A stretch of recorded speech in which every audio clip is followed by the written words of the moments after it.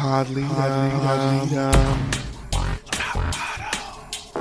cycles. Podcast. Spelled backwards. Lead, dumb.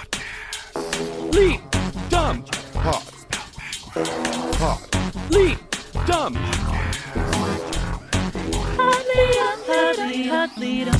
Hello, everybody, and welcome to a very, very special bonus episode of Pod LEDOM.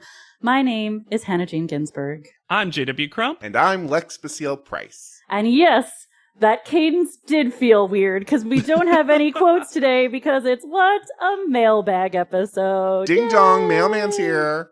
Tyra Posta. Ooh, throwback.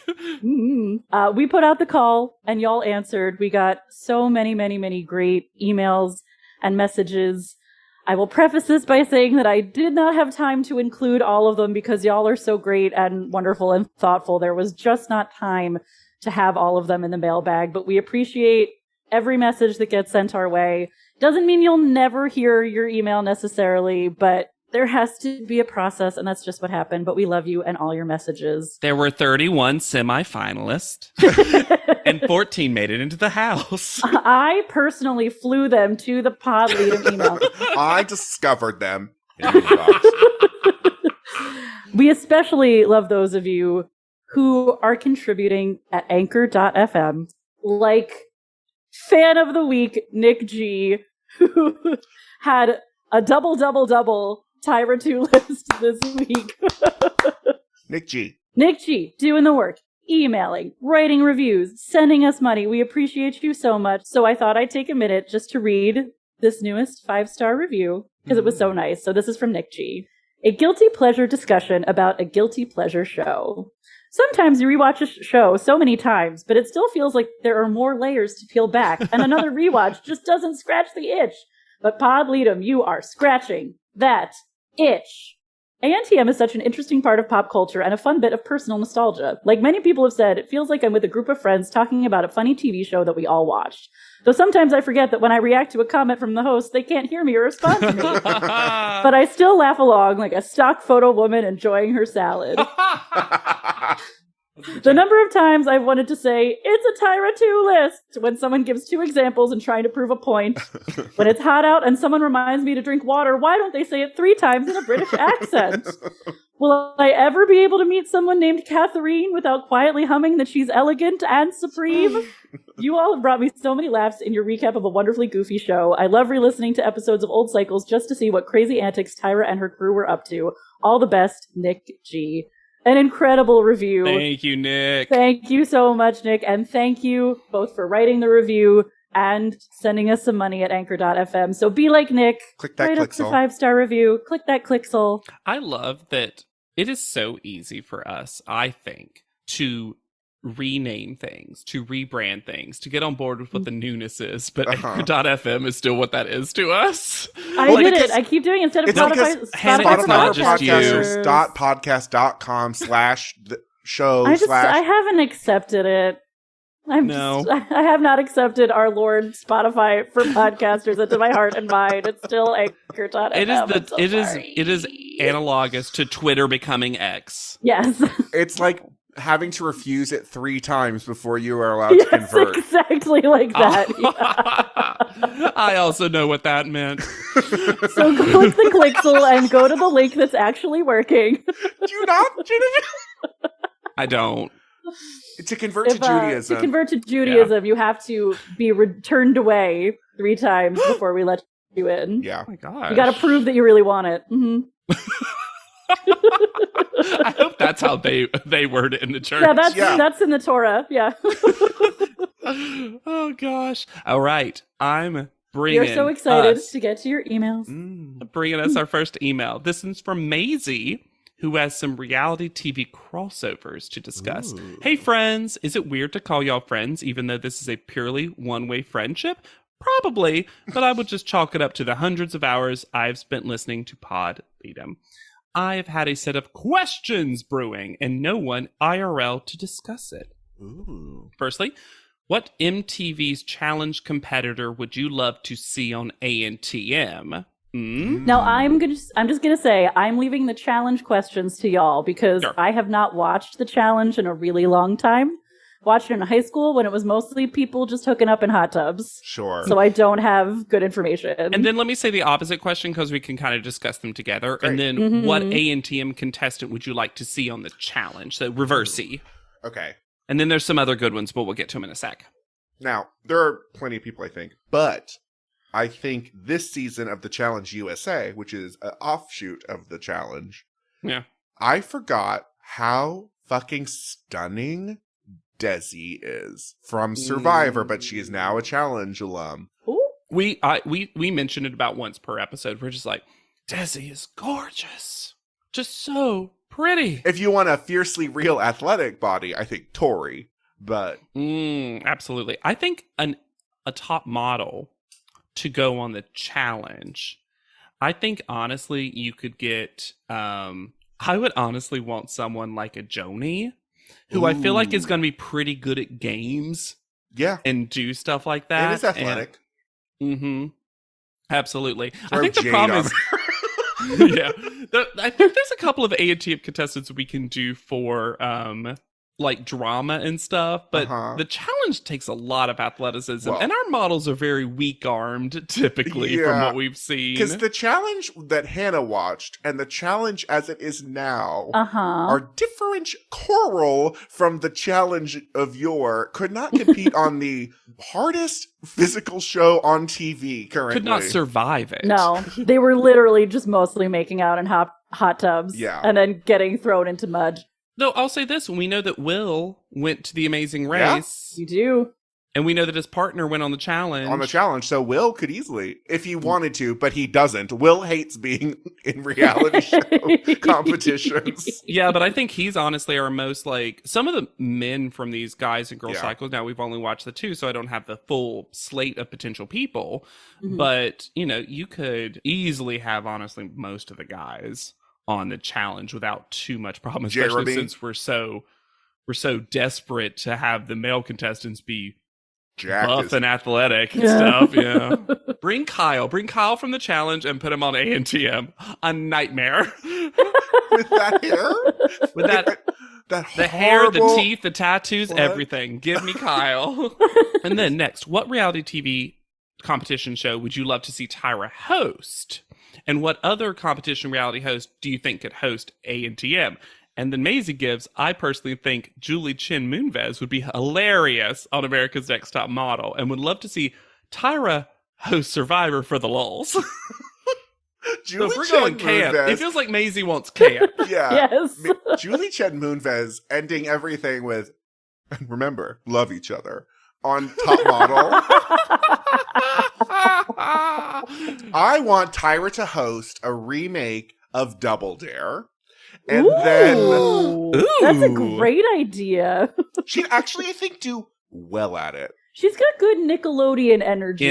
Yeah, she absolutely Or does. she can even do like I think not, this show sucks, but like The Floor is Lava, Frogger energy. Let me give you this.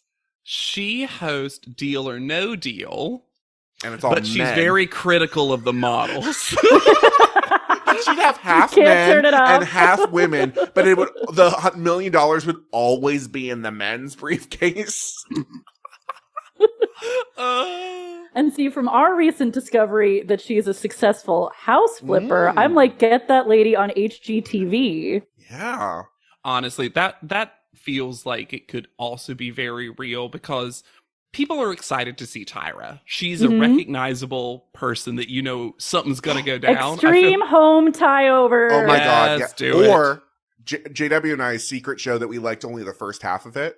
And yes, she would be replacing Retta, but Tyra Banks on Ugliest House in America. Yes.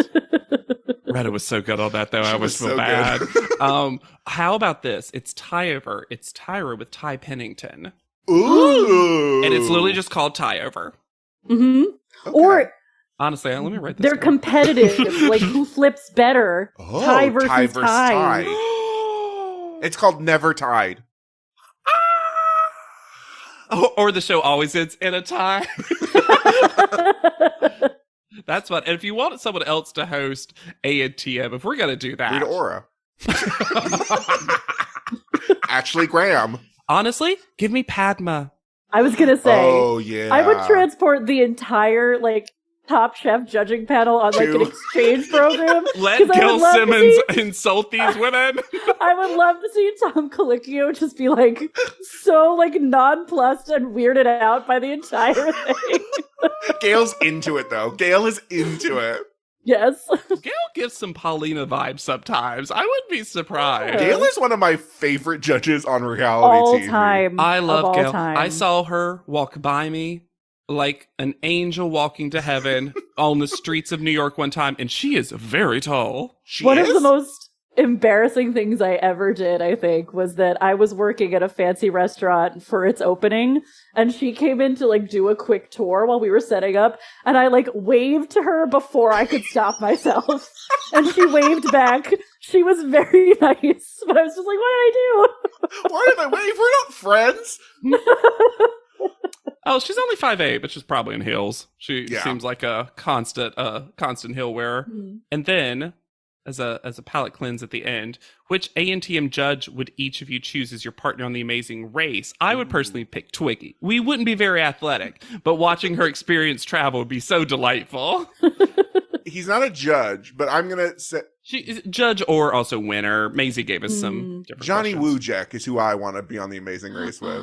Oh my God, what a good idea. Mm-hmm. Strong. Mm-hmm. Yeah. Doesn't seem afraid of extreme situations. I also could see Johnny yelling at a cab driver just enough for the drama. Or DeYonker. DeYonker has experienced kloofing. He does. I feel like that might come up in The Amazing Race. You tell me it won't come I'll up. take any of the DeYonk clan. All of those cousins that were there. It's a season of The Amazing Race and everyone's partnered with a DeYonker.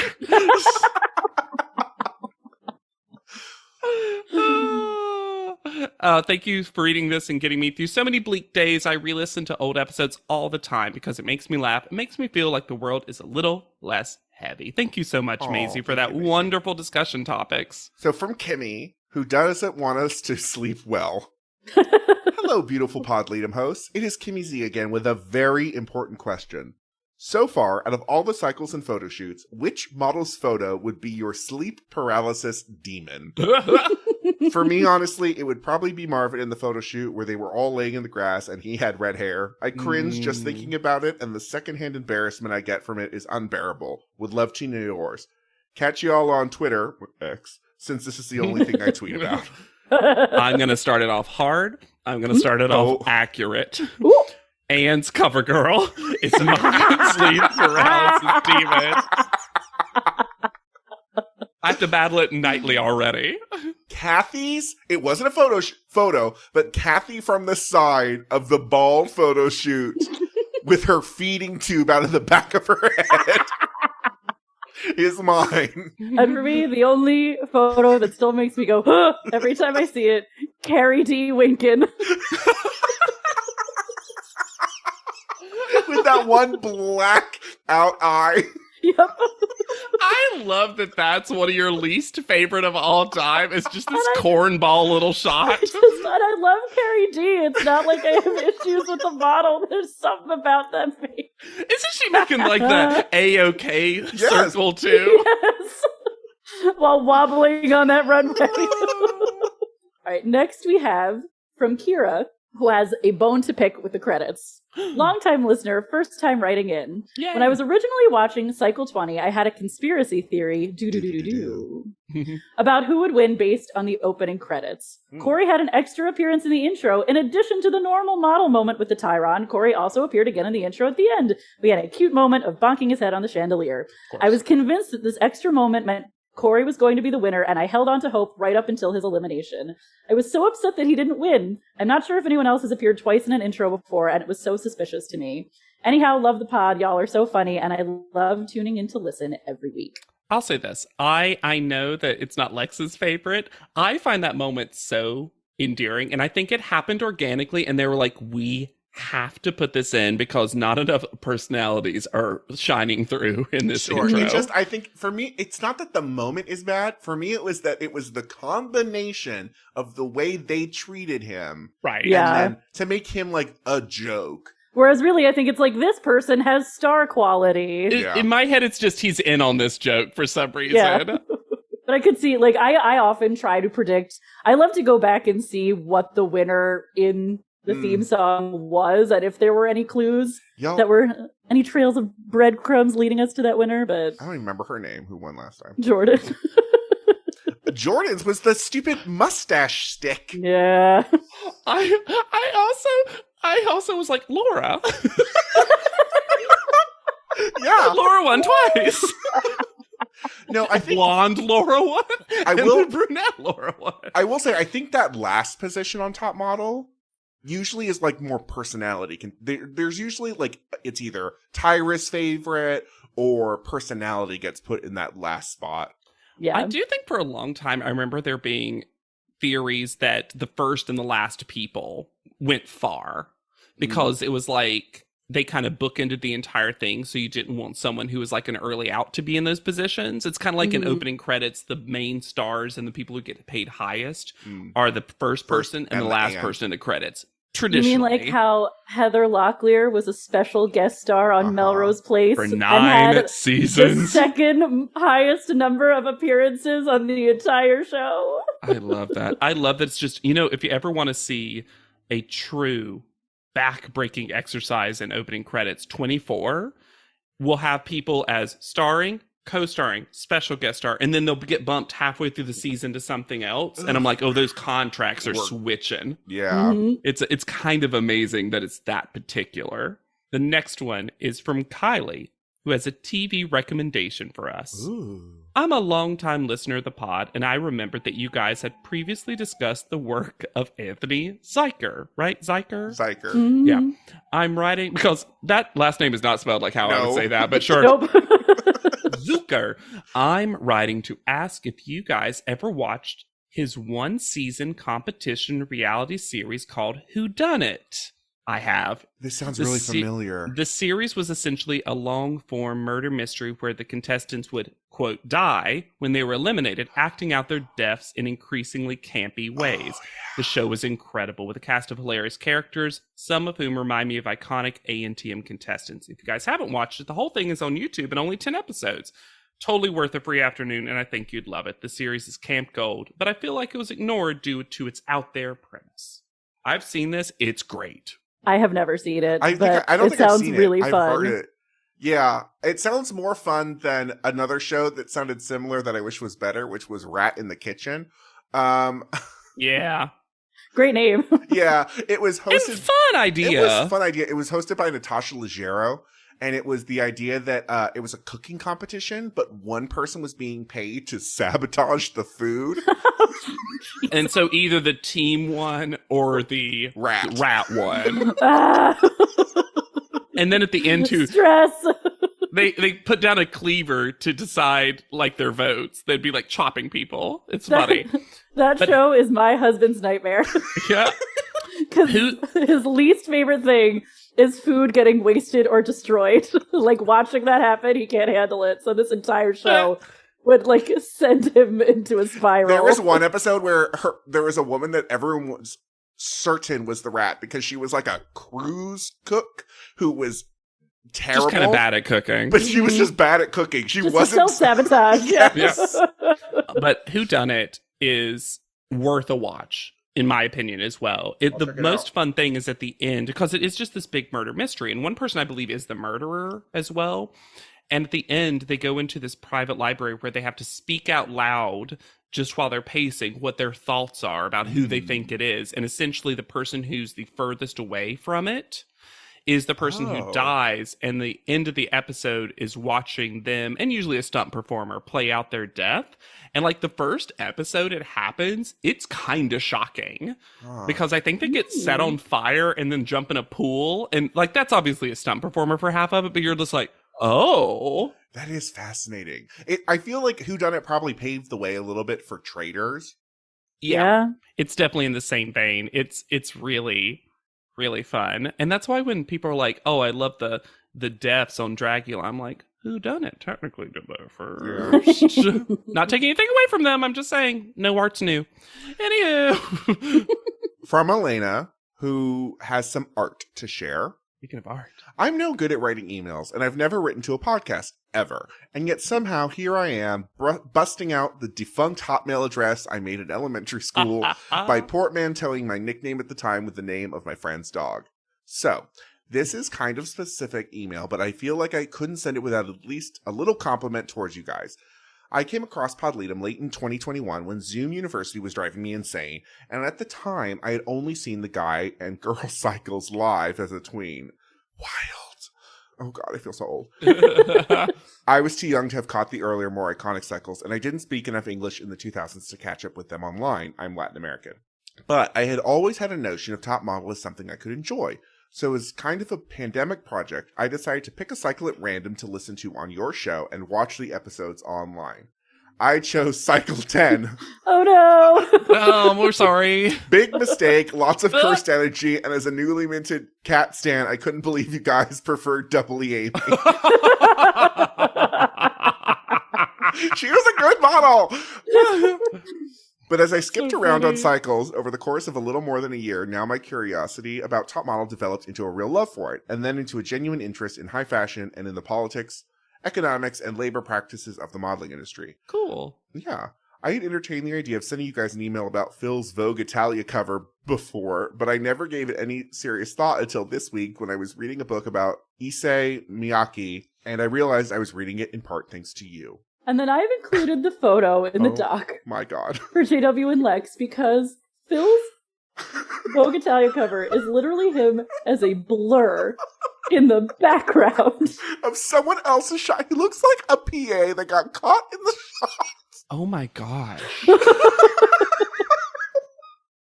I wonder if poor Phil was like, I made it to the cover of Vogue Italia. Oh, yeah. You know? Went to that magazine stand, watched the person open up the metal gate, and looked at this, and everyone was like, oh no. Because he's also carrying something, so it looks like he's just passing through. Hey, he got paid for that, though. Good for Phil. Yeah. Oh, thank you, Elena. That's amazing. And yes, I think it's endlessly fascinating when people start just on a cycle. And I get it. You have favorite cycles. You want to test the waters of our podcast with one of your favorites.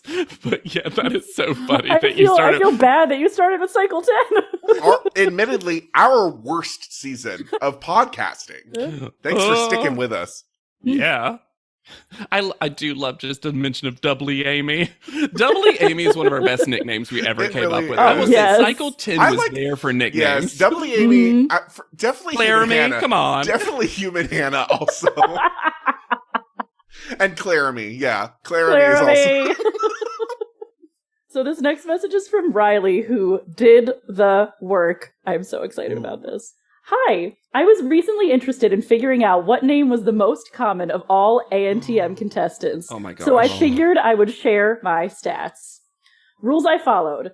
1. If a model needed to go by a different name on the show due to having the same name as someone else, I will be counting their birth name, i.e. McKee's real name being Brittany. Okay. 2. If a model came onto the show with a different name than their birth name, but it's well-known / an easily assumed nickname, I will be counting their birth name, i.e. Melrose being Melissa, Alex being short for Alexandra. Okay. 3. If a model came onto the show with a different name than their birth name, but their birth name is not well known / very different from their nickname, I will not be counting their birth name, i.e. Nick's birth name is Erica. Oh, okay. I think that's fair. That makes sense to me. Now, Riley really did the work and gave us all of the names that appeared twice on the show, which I did not include because it was a very long list. And it made me a little sad because that meant that Hannah was no longer there, but now I've snuck it in, so it's fine.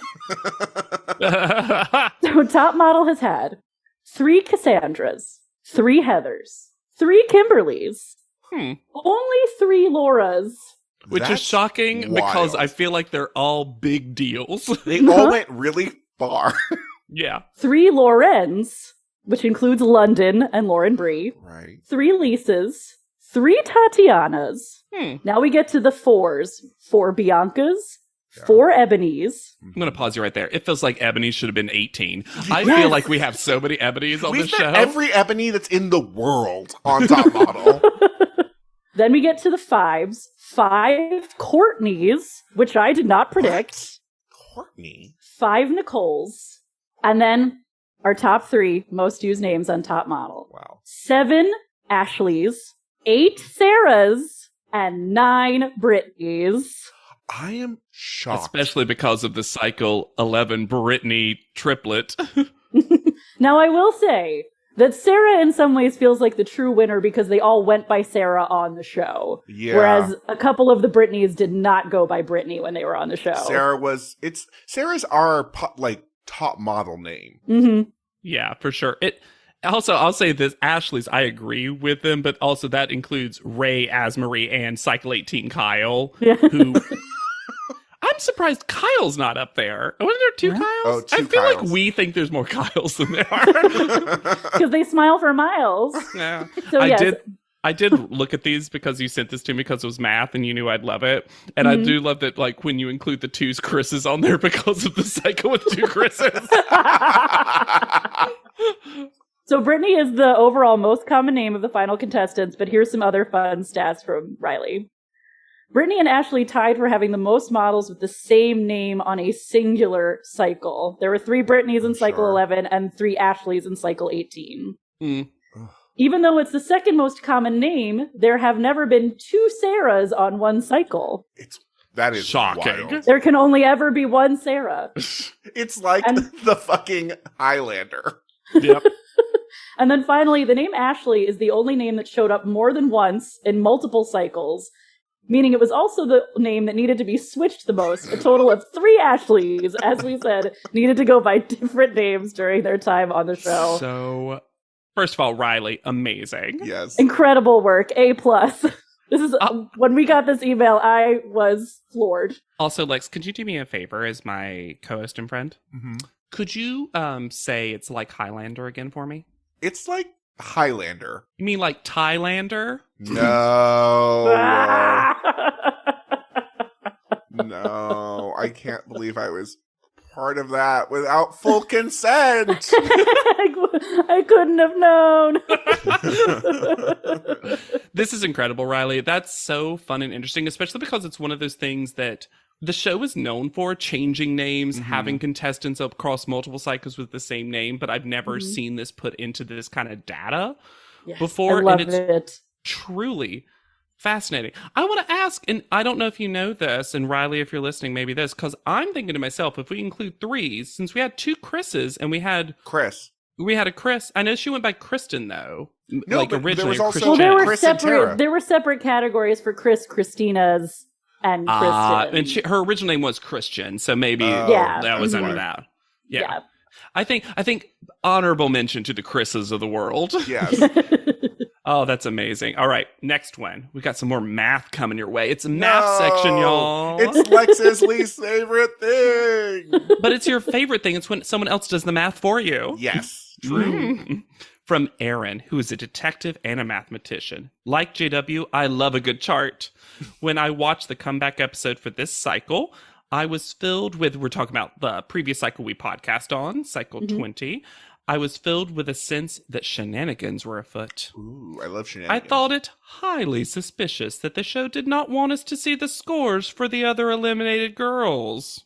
I was quite frankly shocked, both at the time and rewatching, that Alex was the comeback. Especially given Gianna had been such a darling of social media, which I think we discussed a little bit too. Yes. I whipped out my handy dandy Excel spreadsheets and got to work.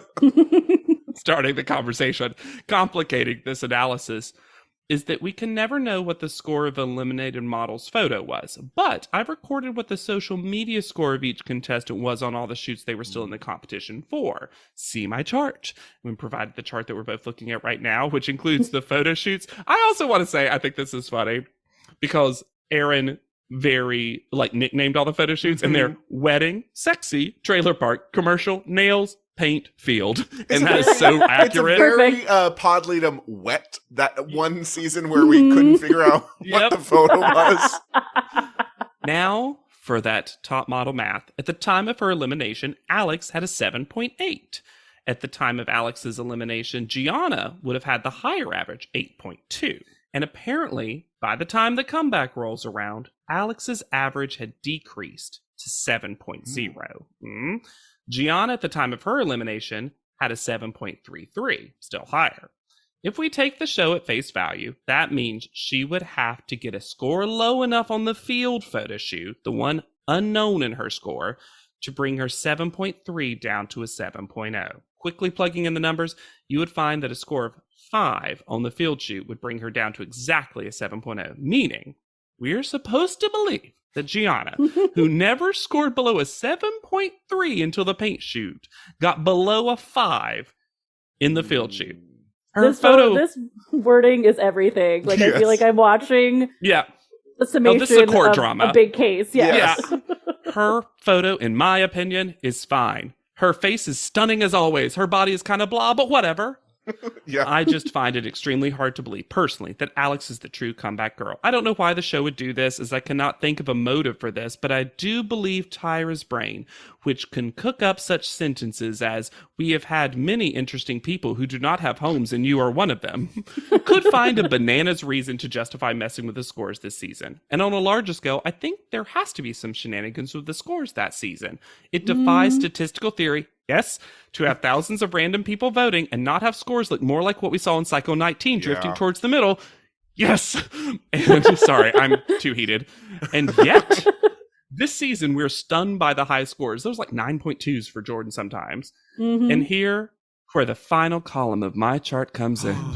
My second conspiracy theory is that they are changing how they do these scores as the episodes go on. I agree. It just does not make sense to me that the fans would love and highly rate the weird weddings photo shoot and then harshly critique paint and lay-in field shots.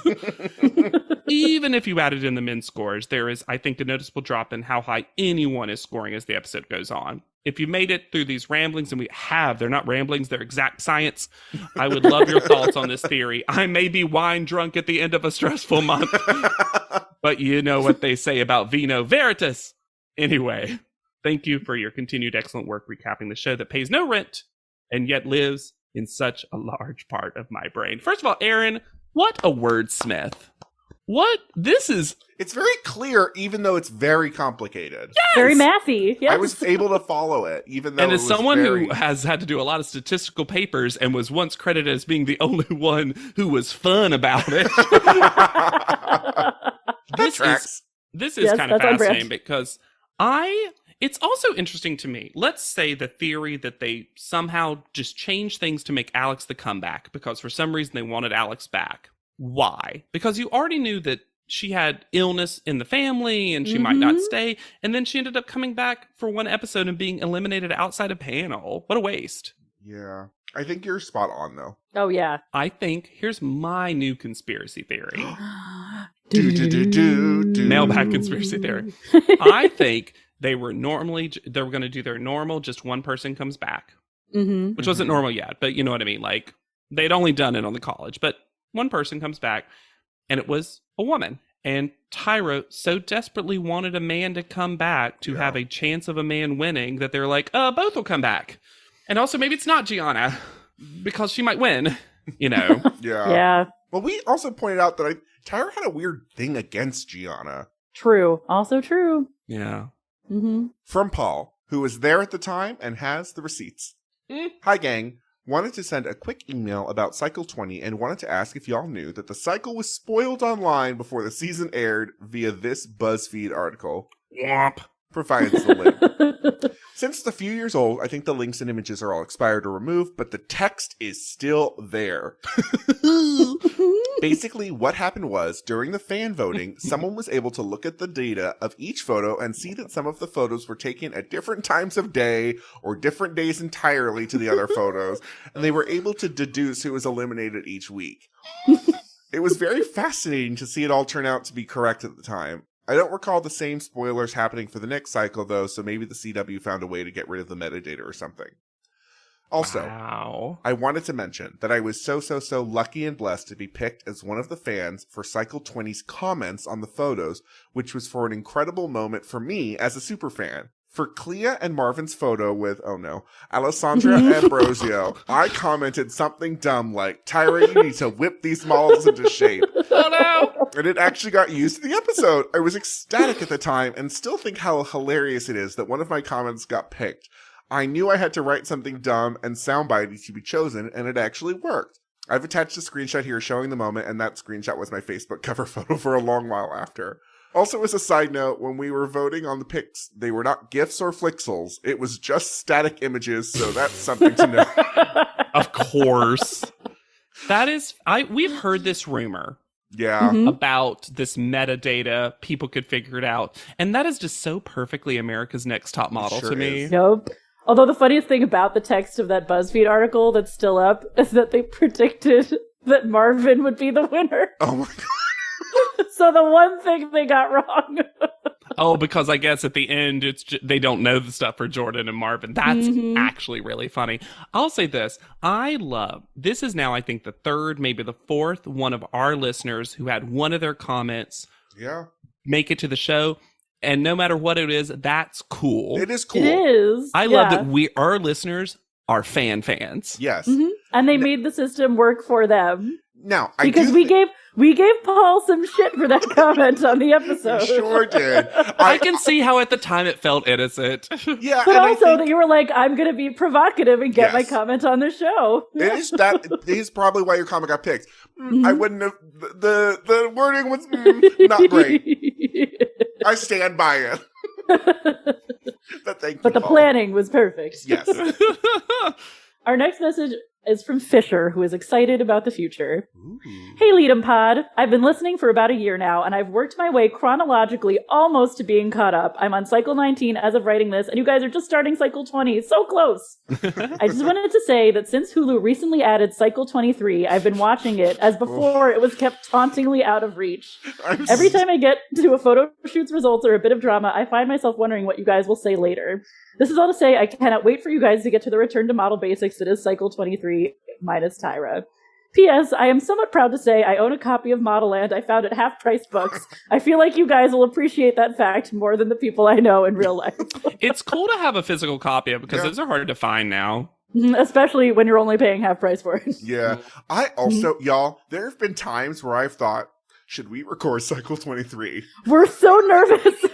Now, and then release it later because I don't know what's going to happen if it gets gone. Yeah, this is a call now for cycles 23 and 24. Yes. 23, hopefully, the universal smile on us. It'll still be available on Hulu. It'd be so weird to watch something on Hulu after all this time. After all this money we've given to Amazon. There are listeners of the podcast out there that are just better at the internet. Help us find cycle 24 now. Because I found it on one place that wanted me to pay in cryptocurrency, and I was like, that seems weird. I would love to be able to find a version of it that's not sped up or backwards. However, I have enough editing ability that if that's all you can find and it's downloadable, I can fix that for us to watch privately. So just let us know. Would love to put out that call early. Yeah, because you're all much better at internet than I just also don't understand why it's not readily available, especially now that Cycle 23 is. You would be surprised that those weren't both just like bought together or whatever. Especially since Drag Race has boomed so much since then, and Drag Race contestants appear on Cycle 24, right? You would think VH1 would want to get that out there. Katya appears, one of our most beloved. Thank you so much, Fisher. That is amazing. Look at our ugly home. Reddit is back for a historically hideous season. It's our 100th ugly house. This place is mayhem. That is impressive. And if these walls could talk, do you cry a lot? I do.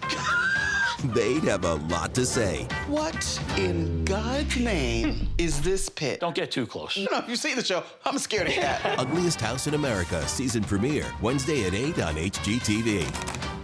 I love people writing in. Sorry, I don't answer the emails now, so they all feel fresh. Feels like I just opened my mailbox and I'm like, oh, these love letters on Valentine's Day for me. This next one's from Justine, who had a strange encounter. Long-time listener, first-time emailer. I've been meaning to send this over, especially since we're nearing the end of Cycle 20. In the summer of 2013, I moved into a student apartment complex in LA to attend fashion school downtown. Oh, how chic.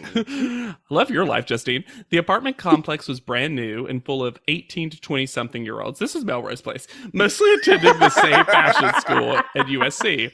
I have no clue why, but the apartment complex threw a very random meet and greet event with Dawn and Marvin from Cycle 20 at the pool area. I literally could not give you any context as to why this was a thing, but as a huge fan of the show, I absolutely had to go meet them. My roommates and I met both of them, and we even went swimming with Dawn. What's strange is, out of the two, Marvin seemed very shy, and Dawn was the one flirting with all the girls there. Keep up the great work. This is my favorite podcast, and I love listening every week. Justine, that's super fun. And they included photos, right? Yes, they did. Yeah. Oh, that's so fun. And Justine, you look great. Cycle 25. What a weird event. I can't imagine in my college experience including anything like that, but I love it. Well, apparently Justine was living her best life, living in Fashion Academy. Oh my God, she's at Top Model Prep. Yeah. I don't think I've mentioned this story on the pod, but were a bunch of fraternity houses that were just like 3 to 5 people that we bought off campus. And they were always like named something, usually based on the street name or whatever. Or sometimes I think this is more cute, the landlady's name. So it's like Rose's house. That I loved. But there was a new one that a couple of guys got, and one was my little brother in the fraternity, and it was on the corner of a street called Melrose Place. And they were like, we can't come up with a name. And I was like, dude, bros, you call it Melrose Place. And literally they were like, what's that? And I'm like, I'm going to kill you. This is how it ends for you. And they did call it that. I won my battle.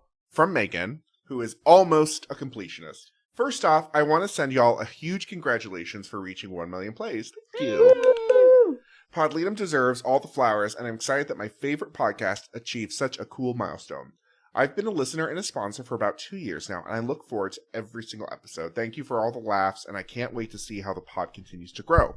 I am looking forward to hearing your coverage of Cycle 21. You have! Because this is the only cycle of ANTM I haven't watched in its entirety. I wonder why. Fascinating. I know who wins, Blit, and I have a general idea of Can't wait to find out myself. I know. Uh-oh. And I have a general idea of where the contestants place, but watching 21 is a total chore for me. Yep. Every time I attempt to watch it, I can't even get to the comeback episode before I get completely sick of the cycle. Oh, no. Plus, if streaming services have Cycle 21, they almost always have 22, so why would I put up with 21's nonsense when I could skip right to Niall DeMarco? So this is Hannah. That's what I always do. Yeah. Oh, this is from Hannah. Got it. Great. Megan. All this is to say, as the coverage of Cycle 20 is coming to a close and Cycle 21 is rapidly approaching, I've been trying to reframe my mindset towards my least favorite cycle. I also disliked Cycle 20 on my first watch, but the podcast has done a lot to shift my perspective and has helped me recall some pretty excellent moments in a cycle that I would otherwise consider to be a flop. I know Podleadum will always bring the laughs, and I'm excited to see how the podcast might be able to spark some internal reflection as to why Cycle 21 is unfinishable for me. Interesting. Possible mailbag question to go along with this email. I'm wondering if y'all ever had an unfinishable cycle prior to starting Podleadum, and if doing this podcast changed your perspective on that cycle at all. Thanks for reading, and thanks again for being such a great pod. We're still several months away, but I can't wait to have Podleadum at the top of my Spotify Wrapped yet again. Oh, we love the Spotify Wraps. My favorite season, Spotify Wrapped season. Yep. I think, I didn't have an unfinishable season, but famously, I think I've mentioned on the show, my husband started watching Top Model, went back and watched it, and got to college auditions and was like, clock out. Like, that was a moment I think where you he have just mentioned that for sure. I had that experience as well. I can't remember. I must have watched at least some of it when it aired, but I don't think I watched all of it. And then I tried to go back and rewatch it at some point, and I couldn't make it through the audition episode. So it was really funny to go back and watch it with y'all because we had a pretty good time with the college cycle. And there were some Cycle 19 is one of my favorite ones we podcasted about. Fun, fascinating characters. Kristen the Sea Witch. Yeah. Laura becoming fascinating. Victoria. Yeah. Like, there was a lot of fun stuff in that cycle. I think there's television that's made, purposely or not, to be watched alone. And I think there's TV to be watched and discussed or watched in a group. Yes. And I think that Top LEDOM? Top Model has some cycles of both. Yes. Like, I can watch cycle 4 of Top Model by myself and enjoy it because I think that cycle is in that great, like, golden period that, like, it's funny on purpose and not, and it's got great modeling, it's got people to root for, it knows who the villains are, etc. But I think sometimes it's almost like that phrase, it lost the plot. I think Top Model lost the plot somewhere around the All-Stars and beyond. For sure. And we have to work together to find the plot again. But that also makes the more weird stuff fun, but only as a group. Only as we're talking about it. Like, there are times where I watch... That's a long way for me to say friendship is magic. Yeah. There's so many times where I'm even watching the episode for this podcast, and I'm, like, not having fun watching the episode. I'm, like, angry, but I know there's a moment where I'm like, yeah, but this is going to be really fun to talk about. Yeah, it's funny because we get these great emails about people talking back to us as we're discussing the show. And sometimes when I'm watching the episodes, I will, like, go to talk to y'all about it, even though, like, I'm in my bedroom by myself. And it makes the harder moments, like, more fun. Yeah, absolutely. I do also think that Cycle 19 was my jumping off point. I think I made it a couple episodes in. I think that just there was something upon the initial viewing, and I think it's because it was All-Stars, British All-Stars essentially, and then in some ways college felt lackluster. And then I think a lot of people, and I think this was a good move on their part, I think a lot of people dipped back in because they were like, male contestants, that's interesting. And then that's a real Niall change. DeMarco kept it. Truly, whoever cast and found Niall, like, helped the show. Tyra Banks, apparently. Probably. But yeah, so thank you so much. And that's interesting. And I do think that for me, you're talking about reframing your mind when you're watching the show. We've all talked about this, but even though we're human beings who will always have our own perspective, biases, histories, etc., I try so hard to come in as blank as possible to allow a discovery of a contestant to be a new favorite, even if, like, they didn't have, like, the best reputation as a great model or whatever, right? Because there's just some people, like, Doubly Amy, always gonna be a banger to me. She's fun. She's hilarious. She was hilarious to talk about. No one looks back and is like, "Wow, Amy, what a model." We got so much mileage out of Molly Sue. Yes, it was amazing. Like, there's some people who become great podcast characters. Yeah, I'm gonna remember Anna's name forever. And I bet if you ask most people who were the first out with, they'd be like, Janasha? Okay, so this next one is from Jack, who wants us to do some grading. Ooh, teacher vibes. Since we're 20 cycles in, and you've seen hundreds of models work now, I need to know, what are your top 5 portfolios from the first 20 cycles? I've just finished the first 2 cycles, and in between the laughing out loud and cringing, I couldn't help but wonder what the 3 of you would say at multiple points in the cycles. Anyways, love all of your work. I'm going to come in hot, especially because I know Hannah at least will agree with me. Uh-oh. Joni. My number 1 portfolio of all time. I think here's the thing. Really Joni's not only a good model, but she's a model who can do a lot of diverse stuff. Things. Yeah, I agree. She can do fierce, she can do goofy. Didn't take a bad photo, you know? If you just put, like, the elephant photo and the shoe photo, the crumping photo side by side. If Joni hadn't been just a little stinking person, she would probably won. She's a little stinky. She's a little bit. I had my top 5 because I had the privilege of seeing this. So from 1 to 5, Joni was my number 1. I had Nick at number 2. I think Nick also never took a bad photo. Leo Tipton a bunch of my all-time favorite Favorites. modeling performances. And wasn't that one of your tops of all in the top photo, Lex? Yeah. When we windmill, Yeah. right? Yeah, the windmill photo. Krista, who started a little Yeah. slow, but then the back half of her portfolio was so amazing that it made it up for me. You're like, who even knows what was on the first couple of pages? Yeah. And then I would not have predicted this, but I went back and looked. Somebody else who did not really take a bad photo was April. Yeah. I had April's issues with whole April, but they were problem not was in about her person. modeling. Yep. Which Yep. is so funny because she became a host. I know. For me, I think it's Nick and April really are like some of my top 2 photos. Just in the grand scheme of their portfolios. Like they were solid people that always delivered.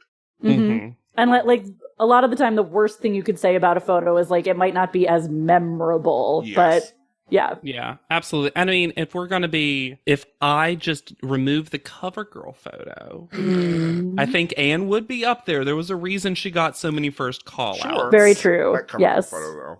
Yeah, Oof. but you just had to like that maybe get stuck. Maybe it's like glued. Maybe it's just like, Don't be like Tyra and try to sneak it back in. honestly, I bet Jasline's up there for me too. If I was to look back, I Yeah. bet Jasline. If you Get I rid feel of like that everyone. 4. Yep. Yes. Cha-cha I feel diva. like Cha-cha Yep. diva. Everyone just has one that needs to hit the shredsies. Because I bet if I looked at Krista's, I'd be like, I know which one to take out and get rid of this. Except for Joni. Yeah. Joni, we just need to delete that commercial. Oh my god. There you go. Take that VHS in the shredder. All right. The next one's from Laura. Oh, Laura James is back. Who was talking to us about the past of the psychotic fever dream nightmare reality shows of the early 2000s. Which is your favorite? For example, The Swan, Superstar USA, Kid Nation, which is Laura's personal favorite, in the way that Showgirls is her favorite movie. I Want to Marry Harry, please and thank you, love you guys, hashtag Podcast Wednesdays. The Swan is insane.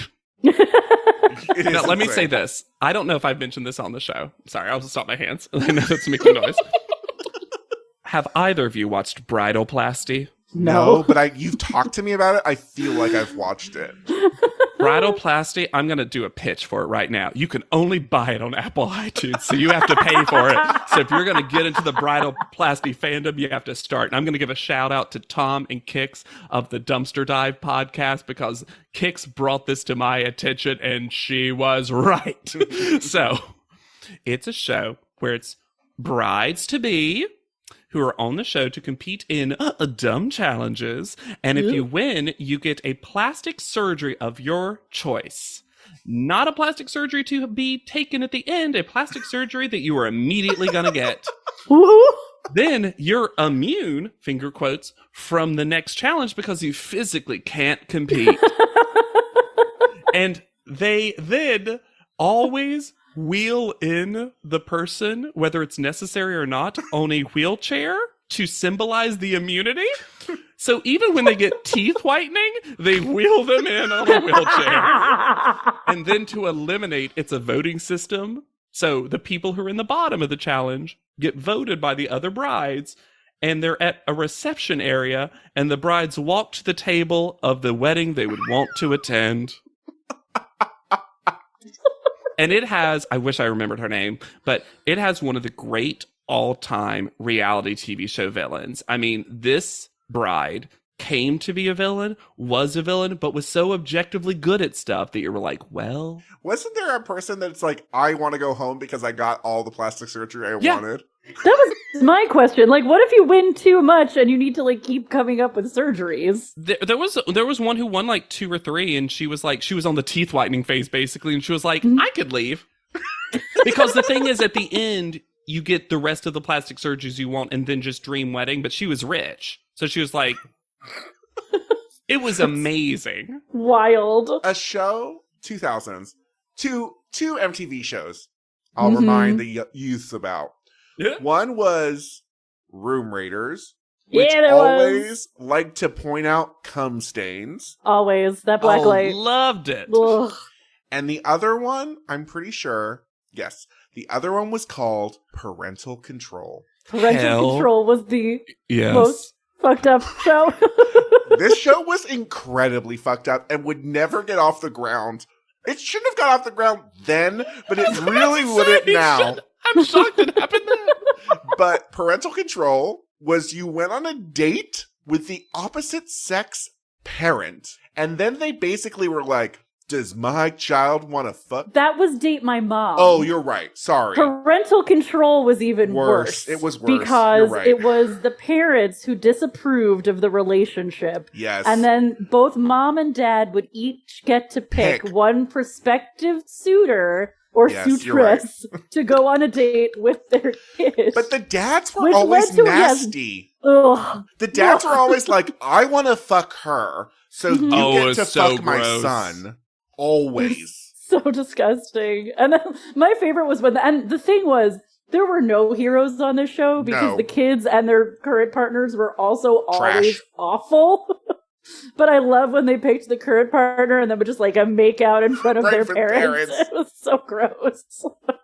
My pick for this, which is probably not as trashy, but I still like to remember that it existed, was in 2005, there was one season of a show hosted by Faye Dunaway called The Starlet. Can I very quickly, I want you to talk about this super tiny anecdote. There was a beach vacation that I went on with some friends, but I got bored of what they wanted to do, and I went downstairs and I discovered the Starlet, and I watched the whole season by myself. Please continue.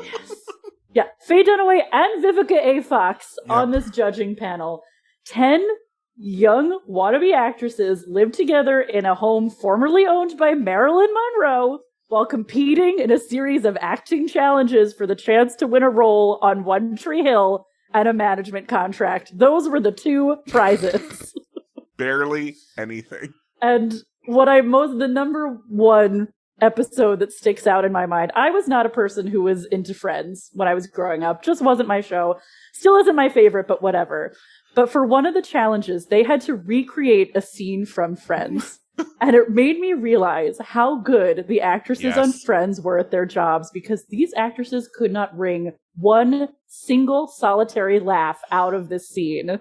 And so it's like watching a scene from Friends with no laugh track performed by children. Hannah, let me tell you, and you saw my reaction, but that is the main thing I remember about The Starlet, was sitting there and watching, because it was the top 6, so it's 3 duos, and they had to be Phoebe and Rachel. I would argue 2 of the funnier characters, and it got weird. And then one girl was so awkward that she improvised one of Joey's lines, and then she got critiqued for going off script.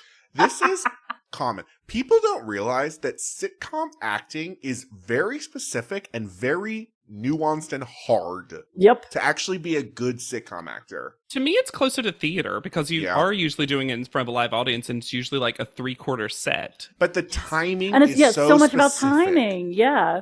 And when it's multicam, you don't have like the help of editing to make things funnier, to pump up jokes. It's just you, really. Yeah. I always get when people say a show like Friends wasn't their cup of tea. I get it. Everyone's got their own personal taste and things they like and dislike. I dislike it when people say Friends was bad, because I'm like, that's just objectively not true. You don't have to enjoy it. You don't even have to think it's funny. The Big Bang is bad. People need to learn the difference my parents sometimes between something that's not for them and something that's bad. Oh my gosh.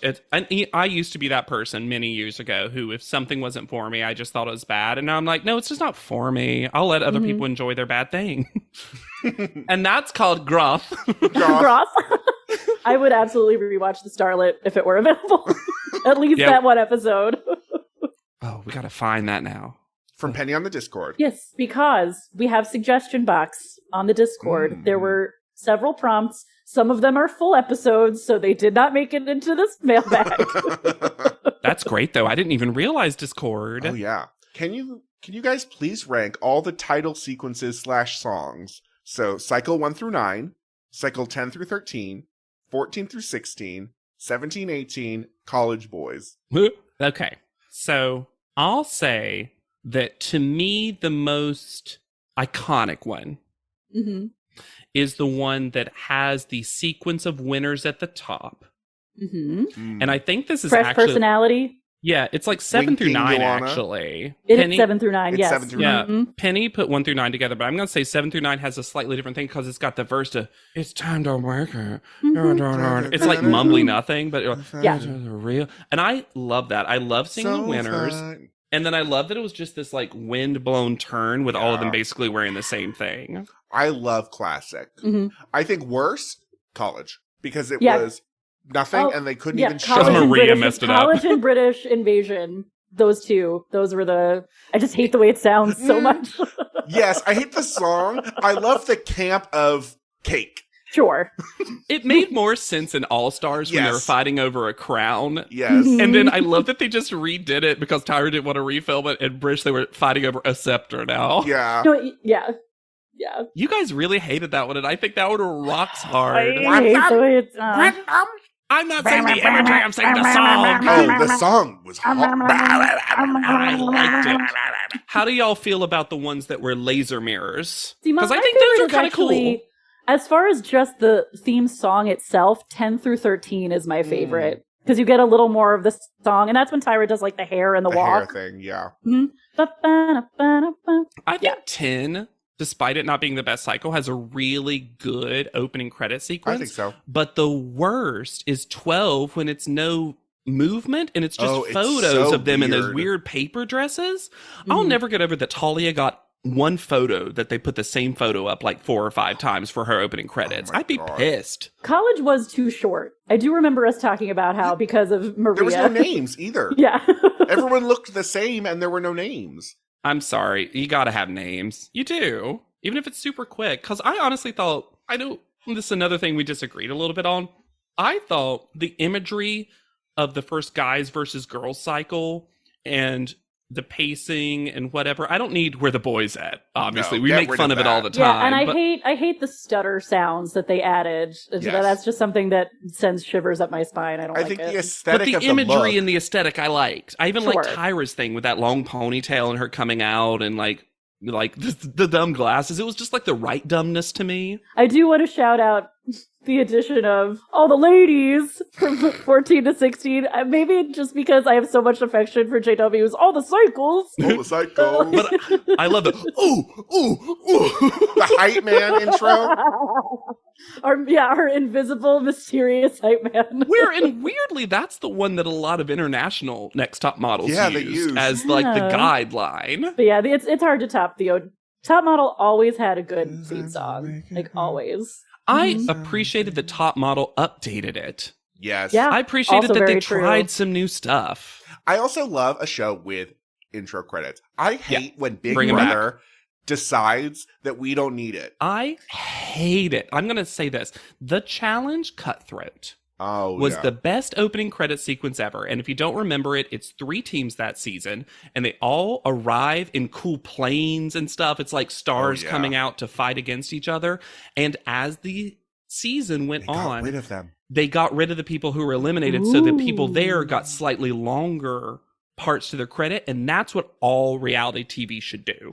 Yep. It was cool. I love all the reality credits of the early thousands. Like, I loved The Amazing Race when you would see them do a little activity and then turn to the camera together. We're I love basketball. I loved Project Runway where they all had to say like weird lines out of context in the opening credits. In a real world way. I loved Top Chef when they would make them do silly things like throw their chef coat over their shoulder and they would look super awkward. Nothing beats Top Chef's opening credit sequence with CJ, that super tall Oh, dude yeah. who Yep. was out of frame and then Duck Thunder. peeked down to say hey. I just love that they were like, in CJ's deal, tall. But also cancer survivor. I love them all. I love that era of reality TV credits. It's interesting that I've read an article about streaming platforms that they bring back opening credit sequences because a lot of times people with slower internet connections, the opening credit sequence serves to help it buffer the rest of the episode. Mm. And also, if you're someone who skips intros, go right to heck. Look, How we've dare. talked about this on a previous hate mailbag episode when I had to come out as someone who hates the opening credits for the tattoo show. Oh, yeah. You know what's a really good short intro to a show? that I'm watching currently, Interview with a Vampire. Oh. Because it Good has... show. Oh, this show's great. So good. But the music is like the sound where it's like, and then but it's like a cityscape that looks like a vampire's mouth. And then it, at the very end, gets discordant. And it's only like 20 seconds, but it like gives you the vibe. It gets you in the world quick. I do appreciate people who can make a really short but really effective title sequence, because I have to confess I'm currently watching Love Island USA. And that title sequence is absolutely nothing. It's like, here's a girl's butt, here's another girl's butt, here's the show. You want to? I think we're about to say the same thing, Lex. You know, if you want fun opening credits that don't take themselves seriously, Bachelor in Paradise. Bachelor in Paradise. Where it's really a parody. Good. It's a parody of itself. Yeah. It's like a Love Boat intro. Yeah, it's At so one point, cute. like sometimes someone's like, crab. It's great. Like, whoever made that And they creative update decision, it when the people come and go. Yeah, it's amazing. Also, shout out to any opening credit sequence that featured a twin twist, where for a while in the season it was the one twin, and then bonus Big twin. Brother, Big Brother twin twist. I'll never get over. It's happened in a couple of things though, and I'll never get over Liz and Julia just being one person for a while, and then after the reveal, she peeks out. Both of us. So stupid. It's a parent trap. What a great discussion. Yeah. Brought me so much joy. All right, this is our final email of the mailbag. Got one email left in our hands. This is from Jonathan, who made a great discovery. I work in web design and recently learned about the Wayback Machine, which is basically a website that lets you pull up dead URLs from the past. Naturally, I fell down a rabbit hole and started to look at the old Cycle 19 content to try to get more details on the voting. I found the original homepage and the voting rules. Interestingly enough, it looks like all the voting was done in June of 2012, which I am guessing is when they filmed. Cycle 19 aired August 24th, and Cycle 18 finale aired May 30th, so this show really put their editing team to work. Goodness. Then Jonathan sent along some screen captures that I just ended up using the links that he provided as well. So I'm going to share the screen right now with y'all if I can. So this is the main page from Cycle 19. Jonathan pointed out, I really wish some of the links worked, dying to know what the ANTM PJ party was about. Literally, production must have threatened Kelly to get her to agree to pose for this pic, because there is a page that says ANTM PJ party and features Kelly, Tyra, and Rob, who looks photoshopped in a bed together. And Kelly is with the Smize Bear. There's also just a link to the Tyra Banks Twitter. And also a link to Pinterest, which I thought was not around then. Yeah, that's weird. Then Jonathan included the voting rules. This was interesting from the rules. It basically alludes to production meddling. Aggregate scoring derived from scores received during each respective polling period may be used by the network and or producers to rank each of the featured America's Next Top Model contestants. A composite score, as solely determined by the producers, will be used by the producers to determine contestants to be eliminated from the America's Next Top Model competition. So they can do whatever the fuck they want. Correct. What good legalese to get away with everything. 9.2 for Jordan A. The other great part about this is that you can go into the models page, and for each model, they have this is still active, a little information, what college they were going to, their home state, but also some favorites, which is how I discovered. Oh, God. I discovered some wonderful things, one of which that apparently Victoria's favorite movie is a 2012 film called Gone that starred Amanda Seyfried. It is a serial killer thriller. What? That's what she put as her favorite movie. Tracks. Is it Victoria's story? It's the story of Victoria? Seriously. For favorite foods for Yvonne, they included basically everything, which feels like a read from the show, who were being dicks. And then finally, my favorite part of this that Jonathan pointed out, if you had to guess Kristen the Sea Witch's favorite movie. The Notebook. If it ends up being The Little Mermaid because she is a sea witch and she's like, Ursula deserved better. It was Grease. What? Hold on. That's what she said. So she's bad Sandy? I was about to say, because she's like, change yourself. I'll bully you to change yourself. Are you a dork? Change it. Start smoking. I'll send you the link. I had so much fun going through all of those models' favorites. They were so great. Thank you, Jonathan, for bringing this to our attention. And just like we were talking about earlier, College Cycle continues to bring joy. Oh, they also ask them their favorite magazines. And everyone, says maybe one fashion magazine, Smart, maybe a couple, except for Jessie, who just put down architectural magazines. She couldn't say High Times or whatever. Jessie.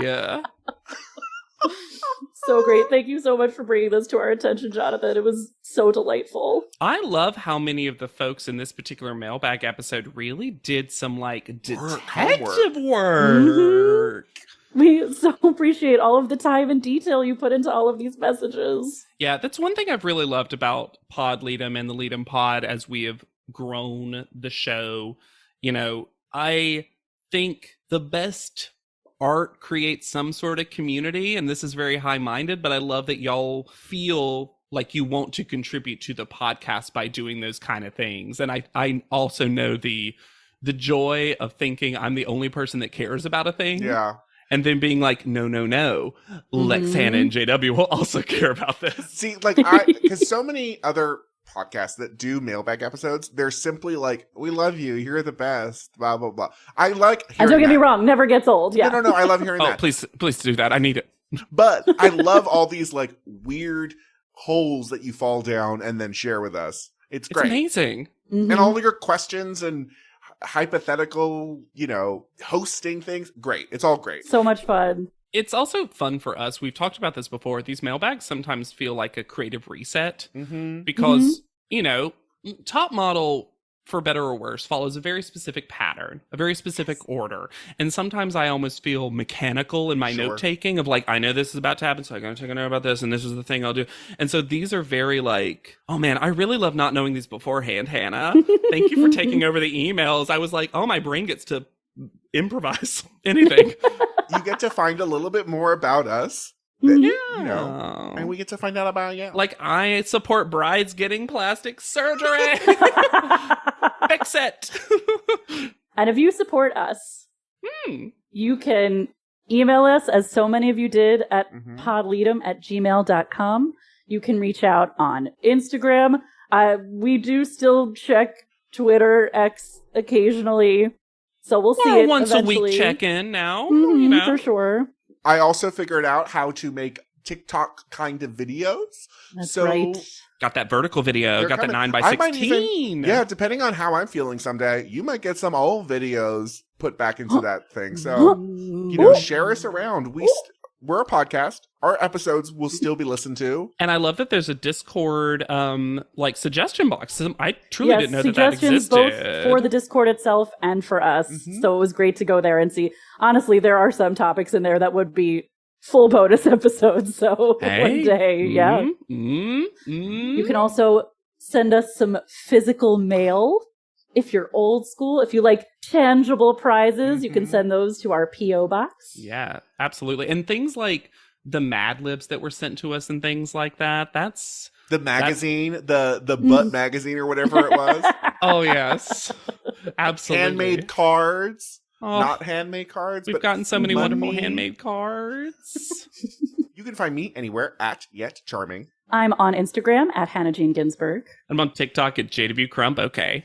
And be sure to use the hashtag PodLEDOM whenever you do, because that's how we see it. Because that's how the internet works.